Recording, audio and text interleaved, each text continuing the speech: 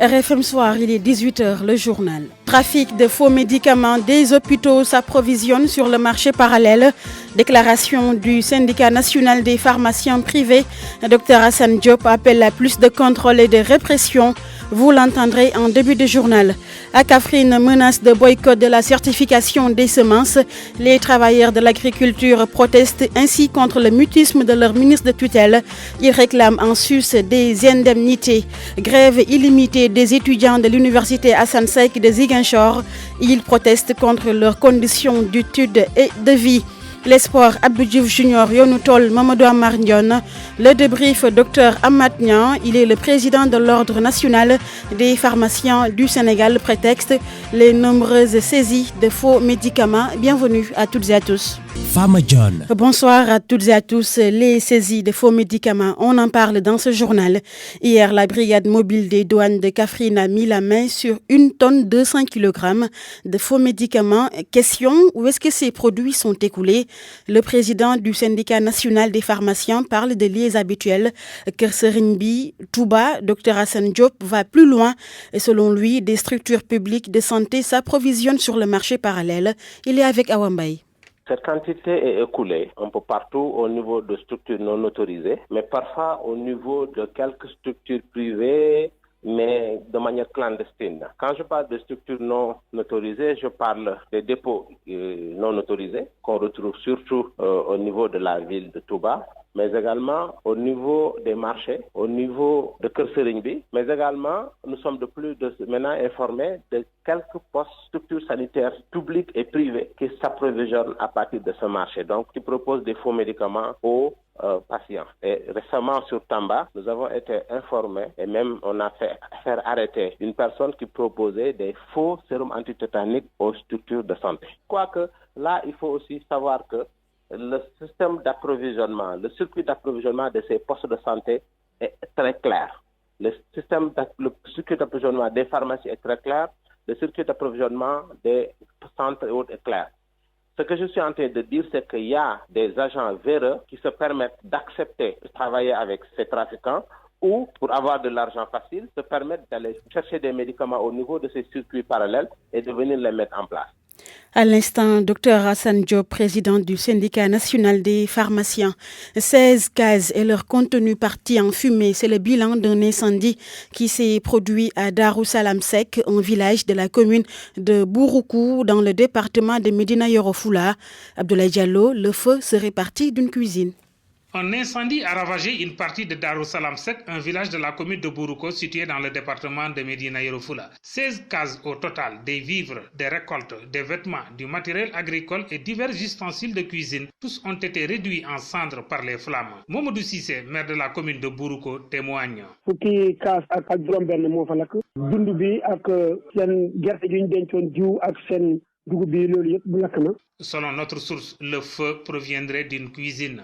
Si wàññi daal la jógee bi mu jógee ci wàññi bi la tàkk fekk na ngelaw bu bëri am ci gox bi après ngelaw bi moo jël attaqué safara bi attaqué. Darou Salam Seck est à environ 70 km de la caserne de sapeurs-pompiers la plus proche. L'extinction de cet incendie n'a pas du tout été facile pour les populations, car ce village est parmi les localités où l'accès à l'eau est un véritable casse-tête. Rappelez que l'année dernière, à la même période, pour la même commune, un incendie avait ravagé les villages de Darou Pakatiar et de Sinthiou Cheikh Niass. RFM Kolda, Abdoulaye Diallo. Parlons maintenant du secteur des transports. Avec cette décision des transporteurs gambiens, le mot d'ordre de ne pas laisser des véhicules de transport en commun sénégalais entrer en Gambie a été levé. Une décision prise à la suite d'une rencontre avec les autorités gambiennes. Le président du syndicat des transporteurs gambiens, Oumar Cissé, joint depuis Banjul par Ndiogou Diène. On avait dit qu'on allait fermer les frontières et qu'aucun transport en commun n'allait entrer ici. On était en négociation avec le gouvernement gambien et après on a décidé de reporter ça à une date ultérieure, jusqu'à ce que les deux gouvernements s'entendent. Et je crois que d'ici vendredi, ils devraient se voir. Nous, tout ce qu'on veut, c'est qu'on ait les mêmes droits. C'est-à-dire, le Sénégalais, comme il a le droit de venir en Gambie, nous aussi qu'on ait la possibilité d'entrer au Sénégal. Car c'est ce que le protocole dit, entre le gouvernement de Macky Sall et celui de Adama Barrow. On fait tous partie de la CEDEAO. Et j'espère que d'ici lundi, tout cela sera réglé. Sinon, chacun n'a qu'à rester dans son pays. Les propos d'Oumar Cissé traduits par Alioune Ba. En plus bref, le ministère des Transports terrestres assure que des discussions sont en cours avec les grévistes pour des solutions définitives à leurs doléances. Et d'après le secrétaire général du dit ministère, d'énormes efforts sont faits par l'État. Vous avez entendu dans nos précédentes éditions les propos de Jules Aubé-Sagnan. 18h06 sur la RFM. À Kaffrine, les travailleurs de l'agriculture n'excluent pas de boycotter la certification des semences. C'est pour protester contre le mutisme de leur ministre de tutelle. Face à leurs doléances réunies en point de presse, ils réclament une indemnité de logement et de risque de meilleures conditions de travail. Alassane Ba, le chargé de revendication du syndicat national des techniciens et travailleurs de l'agriculture à Kaffrine, avec Oumar Ndiaye. Première revendication. Nous, on demande une augmentation de salaire. Ce qu'on a, c'est une bourse, ce n'est pas un salaire. Parce qu'un fonctionnaire qui n'a même pas ça, 150 000, puis en 2010, nous n'avons pas de véhicules, ni de motos, nous n'avons pas des ordinateurs. On travaille avec nos propres outils. La semaine passée, on a décrété 24 heures de grève et le ministre n'a pas réagi. Nous déplorons le mutisme du ministre. S'il est incapable de régler le problème, nous allons directement interpeller le président, vu qu'il n'a pas un premier ministre. Sinon, nous avons des informations, nous pouvons parler. Vous avez vu les députés, ils sont en train de parler des intrants, du matériel et tout. C'est nous qui faisons la distribution. S'ils nous poussent à parler, nous allons parler. Nous allons bloquer tout. S'il n'y a pas de l'analyse au labo, il n'y aura pas de semences. C'est nous qui faisons les analyses et la certification. À l'université Assane Seck de Ziguinchor, les étudiants remettent ça. Ils ont entamé une grève illimitée aujourd'hui. C'est pour dénoncer les conditions d'études et de vie des étudiants de la première année. Ils manifestent aussi leur mécontentement après l'arrêt des travaux sur les chantiers des chapiteaux. Lamine Ba. On a décrété une grève illimitée. C'est la réplique qu'ils jugent proportionnelle à l'attitude de leur ministère de tutelle face aux conditions difficiles d'études qu'ils connaissent depuis le début de cette année universitaire. Les étudiants de l'université Assane Seck disent être choqués par le faible crédit horaire accordé aux étudiants de première année du fait de l'insuffisance des infrastructures pédagogiques. Ibrahim Diouf, président de l'Interamicale. Est-ce que l'année dernière, vous faisiez 2 heures de temps par semaine? Chers camarades, 2 heures de temps par semaine. Vous allez faire 2 ans de cours sans terminer. Nous nous inquiétons de votre sort. Vous savez pourquoi? Parce que la qualité ne sera pas au rendez-vous. Vous savez pourquoi? Parce que vous aurez du peine à terminer vos programmes. Est-ce que vous savez que nous avons négocié plus de 3 mois? 36 rencontres confondues avec les autorités. Ils ont, au cours de l'Assemblée générale de ce matin, décrié l'arrêt des travaux de construction des chapiteaux censés accueillir de manière transitoire les cours en attendant la livraison des infrastructures pédagogiques. Diara Touré, membre de l'intersyndicale. Le gouvernement du Sénégal se fout de notre avenir. On a parlé des chapiteaux. Ils ont commencé la construction des chapiteaux. Ça fait 1 semaine, personne ne travaille là-bas. 1 semaine, personne ne travaille là-bas. On a négocié avec eux, on les a demandé, ils ont dit que les travaux ne sont jamais en arrêt. 1 semaine, personne n'est venu. On les parle, on nous dit que les matins se trouvent à Dakar. On les respecte, eux, ils ne nous respectent pas. Les étudiants de l'université Assane Seck de Ziguinchor disent ne plus faire confiance à leur ministre de tutelle, Cheikh Oumar Anne. Ce qu'ils souhaitent, c'est une prise en charge des problèmes de l'université par le chef de l'État lui-même. Lamine Ba, Ziguinchor, Radio Futur Média. RFM, partout. 4,8 milliards de francs CFA, c'est le montant du financement du projet Feed the Future Sénégal d'Oundel Souf. L'USAID, le bailleur, veut accroître la qualité des engrais pour une meilleure production agricole. Objectif, lutter contre l'insécurité alimentaire au Sénégal. Le bassin arachidier, la zone des Niayes, le fleuve Sénégal, les zones sud sont les cibles. Aïssatou Faye Bodian. Pour lutter efficacement contre l'insécurité alimentaire, l'agriculture est une bonne porte d'entrée selon le directeur du Bureau croissance économique de l'USAID, David Yangen. La fertilisation aussi, par excellence, est une manière d'augmenter la production agricole et aussi la possibilité de vendre les produits agricoles pour générer les revenus et ainsi réduire la pauvreté. Le projet a 3 composantes et coûte environ 5 milliards de francs CFA. Dr Ben Faye, coordinatrice, elle insiste sur la qualité de l'engrais à utiliser. Un financement d'environ 5 milliards. Il y a un axe qui porte sur la caractérisation des sols et l'élaboration de nouvelles formules d'engrais. Un deuxième axe qui porte sur la diffusion de technologies de fertilisation déjà éprouvées. Et un troisième axe qui porte sur la diffusion des textes réglementaires qui sont élaborés par la CEDEAO et qui doivent être appliqués dans les différents pays membres.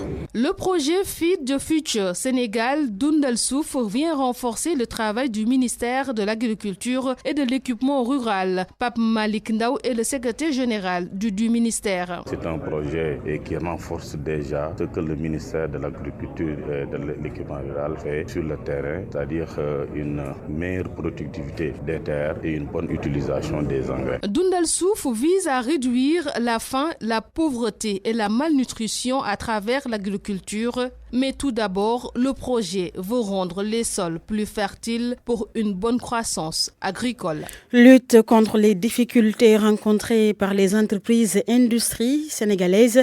Le Haut Conseil du dialogue social pose les jalons pour éradiquer les fléaux. La trouvaille, la capacitation et la correction de certains textes. C'était à l'occasion de la session de renforcement des entreprises sur le principe des droits fondamentaux du travail à Djamaricham. L'absence de capacitation, des manquements sur les textes, l'incompréhension sont entre autres difficultés que rencontrent les travailleurs du Sénégal.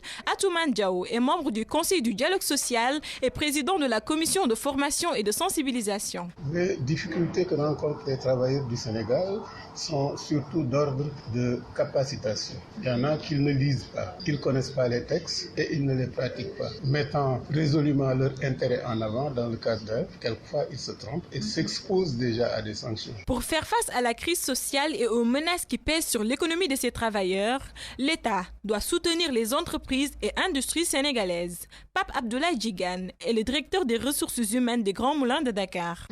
On entend quand même d'autres industries qui ferment, telles que Copéol.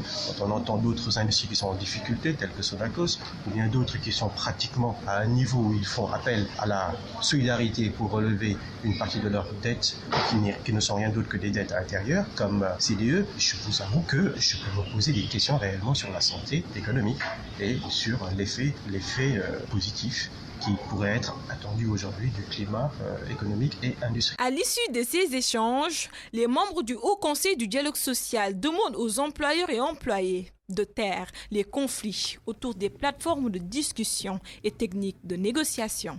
Adja Maricham, bonsoir Abdou Diouf Junior. Bonsoir Fama Dione. Football, Ligue européenne des champions, Tottenham hérite d'un gros morceau. Les Spurs reçoivent les Allemands du Red Bull Leipzig, en deuxième de la Bundesliga. Même si les Rouges et Blancs sortent de 2 nuls et d'une victoire lors de leurs 3 derniers matchs, ils restent quand même de sérieux adversaires pour Tottenham de José Mourinho, 5e au classement de la Première Ligue anglaise. Ce match se joue à 20h au Tottenham Hotspur Stadium de Londres. À la même heure, en Italie, toujours pour le compte des 8e de finale de la Ligue des Champions, Atalanta Bergame accueille les Espagnols du FC Valence. Allez-y. Oui, le Paris Saint-Germain a été battu hier en Allemagne par le Borussia Dortmund 2-1. Les Colchoneros de l'Atlético Madrid ont créé la sensation en battant les champions d'Europe en titre Liverpool par 1-0. Idrissa Gana Gueye avec le Paris Saint-Germain et Sadio Mané avec Liverpool ont donc eu le même sort hier en 8e de finale de la Ligue des Champions. On parle de leur prestation d'hier, ces deux Sénégalais. Oui, c'est surtout la sortie de Sadio Mané dès la mi-temps qui a interpellé les observateurs. C'est une bonne décision selon la journaliste spécialiste Mariama Diallo. Notre consoeur a également jeté un coup d'œil sur les stats d'Idrissa Gana Gueye qu'elle a trouvé moins en forme. Mariama Diallo avec Youssouf Bodjan. Quand Jürgen Klopp a fait sortir Sadio Mané, pour moi, il n'y avait que 2 possibilités. Ou Sadio était trop court parce qu'il venait de reprendre la compétition. Et reprendre la compétition et faire face à une équipe comme l'Atlético, ce n'est pas évident. Et l'autre possibilité pour moi, c'était qu'il ne voulait pas qu'il puisse prendre un autre carton jaune. Souvenez-vous, avant la fin de la première mi-temps, il a pris un carton jaune. Et dans la foulée, il y a eu une action avec Versalco où il pouvait tout simplement écoper d'un autre carton jaune et c'était rouge pour lui. Et Liverpool ne peut pas se permettre de se passer de Sadio Mané à ce stade-là de la compétition. Pour une fois, moi, je me dis qu'il a pris vraiment la bonne décision.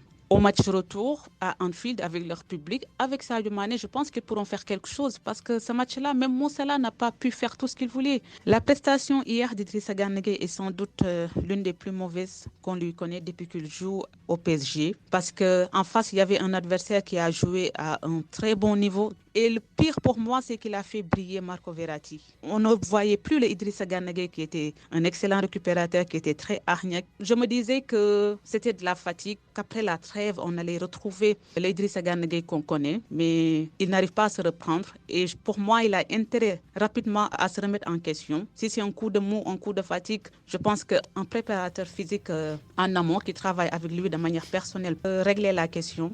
C'était bien Maïmouna Diallo, notre consoeur. En Angleterre, fin de la 26e journée de Premier League ce soir. Manchester City, deuxième au classement, reçoit West Ham à 19h30. Karaté, la nuit des arts martiaux se prépare. Le comité d'organisation cherche à promouvoir les différentes disciplines.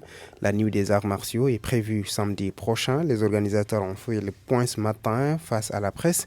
Sodatia y était pour RFM compte rendu.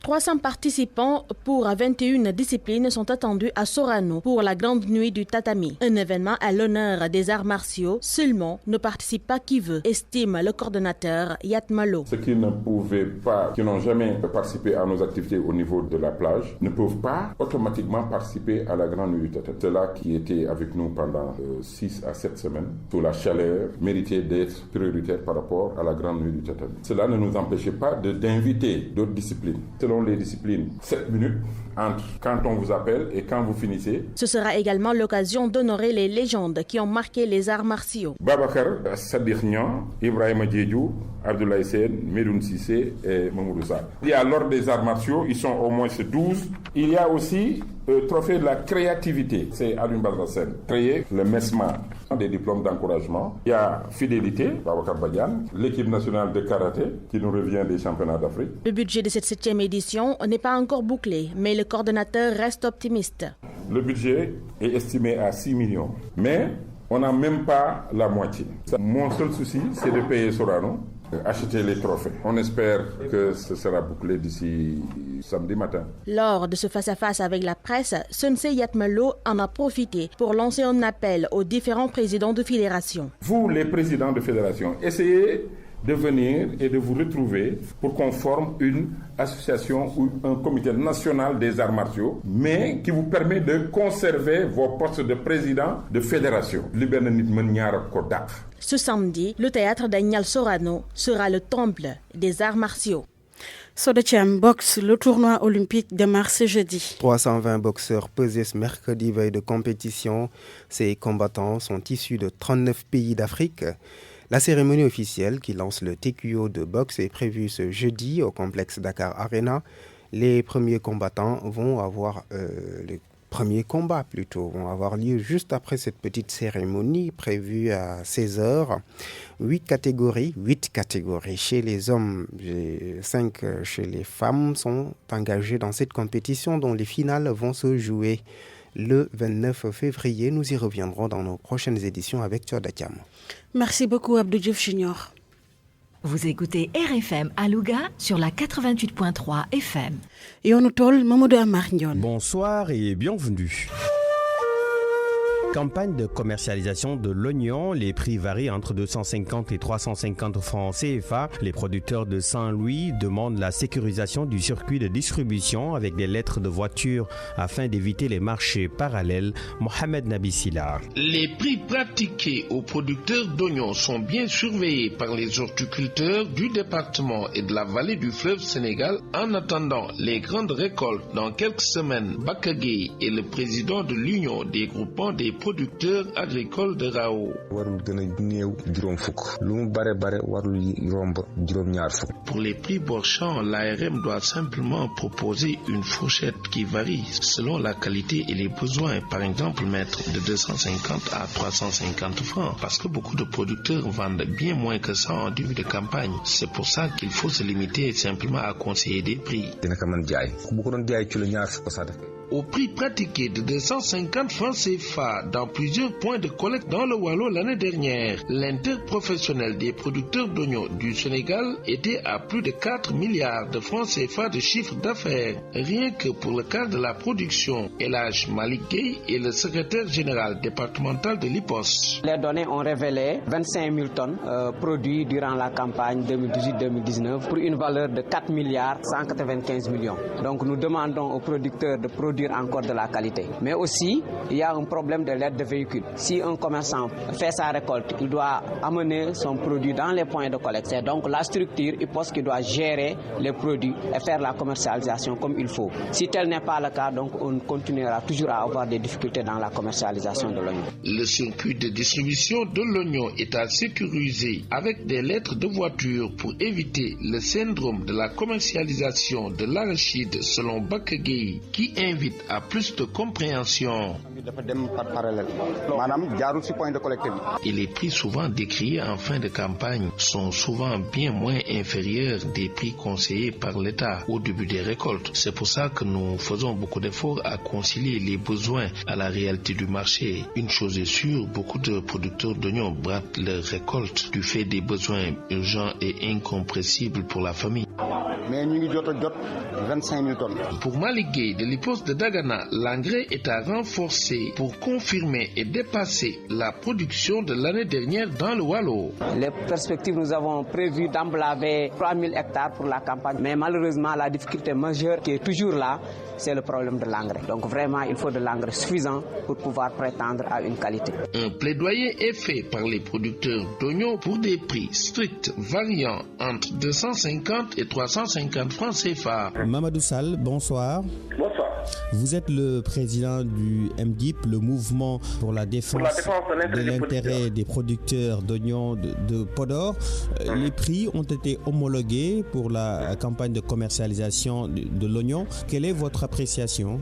Notre appréciation, le jour de l'homologation des prix, nous étions dans la salle avec toutes les autorités compétentes, plus particulièrement le préfet du département que nous saluons au passage, et les autres délégués de la SAED et tous les techniciens qui sont dans le département de Podor. Et l'IPOS aussi. On est réunis dans le département de Podor pour fixer les prix de la commercialisation de l'oignon. On l'a fixé à 200 francs. Ce 200 francs-là, si les commerçants ont respecté cette décision-là, ça va apporter quelque chose aux producteurs. Tu sais qu'à 200 francs à Podor, et rendu à Dakar à 250, c'est pour montrer aux consommateurs sénégalais que nous travaillons pour le peuple. Et nous voulons lancer un appel pour dire que cette année-ci, on a subi une campagne qui est plus difficile parmi les campagnes. L'engrais n'a pas été subventionné. Nous achetons le sac à 13 000 francs. Plus, le courant est très cher. Mais malgré toutes ces difficultés, on est debout comme des soldats pour aller dans le combat, pour essayer de satisfaire le consommateur sénégalais. Et nous lançons un appel au président M. Macky Sall que sa population est là dans le département de Podor. Ils ont travaillé comme il se doit. Nous réclamons ce qui est de droit. Et nous réclamons pour nulle part que dans son gouvernement, que nous comptons beaucoup d'espoir qu'il va nous aider pour que la production soit écoulée dans les meilleures conditions. Merci. En disant aussi à Madame la ministre, depuis sa nomination jusqu'à présent, elle n'a pas posé le pied dans le département de Podor, le ministre du Commerce.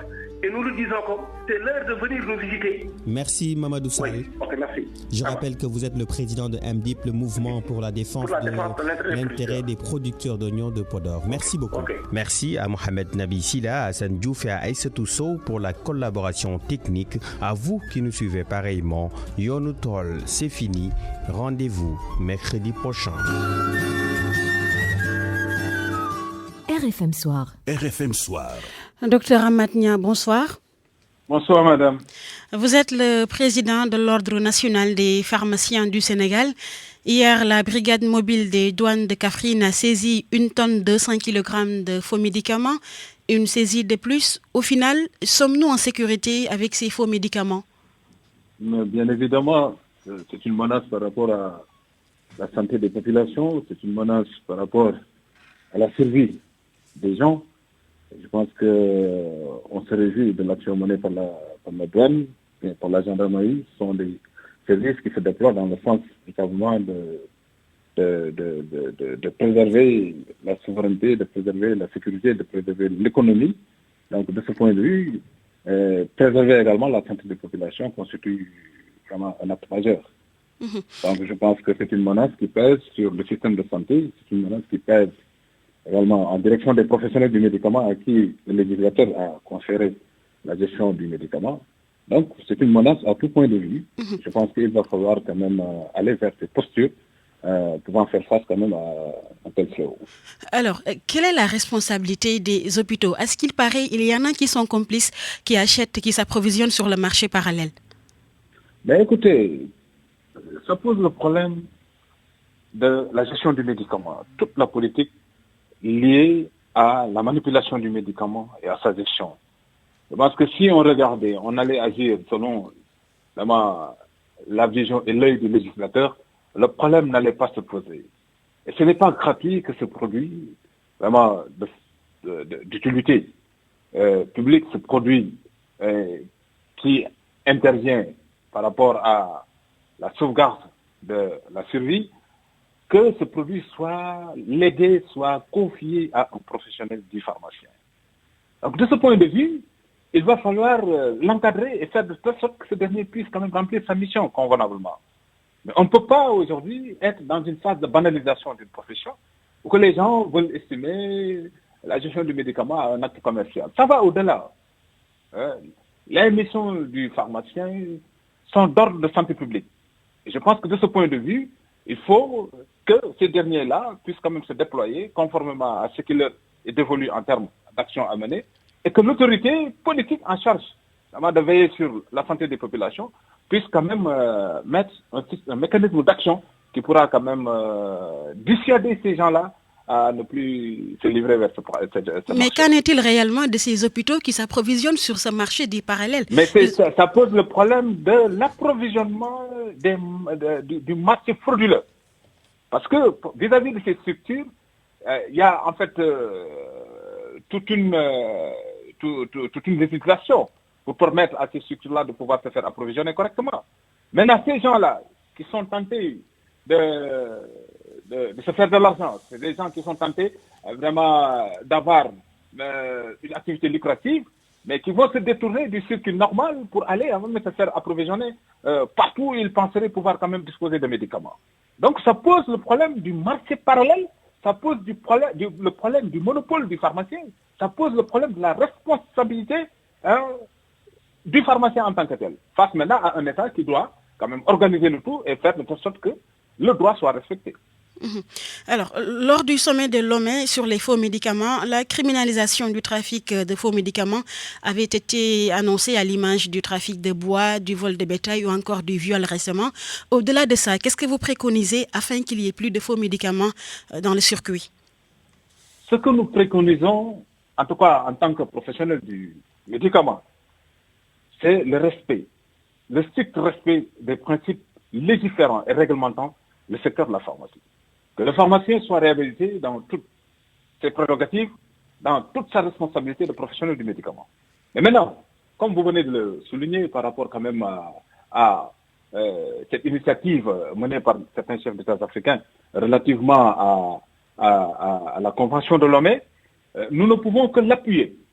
Mais moi, je demeure toujours sur ma faim par rapport quand même au lendemain qu'il faudra lui donner. Aujourd'hui, l'élan communautaire constitue une stratégie partagée par rapport à une gestion des frontières, par rapport à l'application de tout ce qui pourra permettre une intervention des États vis-à-vis de ce fléau-là. Mais je dis bien, et j'aimerais quand même être bien écouté dans ce sens, qu'en est-il de la souveraineté étatique? Chaque État se montre souverain par rapport quand même à la gestion des affaires se rapportant quand même à la vie de ces populations. On a constaté que c'est un fléau qui gangrène, qui affecte la santé des populations. Il est de la responsabilité de l'État de s'investir pour pouvoir faire face à ce fléau-là et attaquer ces gens-là qui ne sont tentés que de se faire de l'argent, au prix de la vie, au prix de la survie, au prix de la santé des populations. Merci beaucoup, Dr Amath Niang. Merci beaucoup. Merci, je rappelle que vous êtes... Merci beaucoup. Merci, je rappelle. Merci beaucoup. Merci, je rappelle que vous êtes le président de l'Ordre national des pharmaciens du Sénégal. Il est 18h30. C'est la fin de cette édition.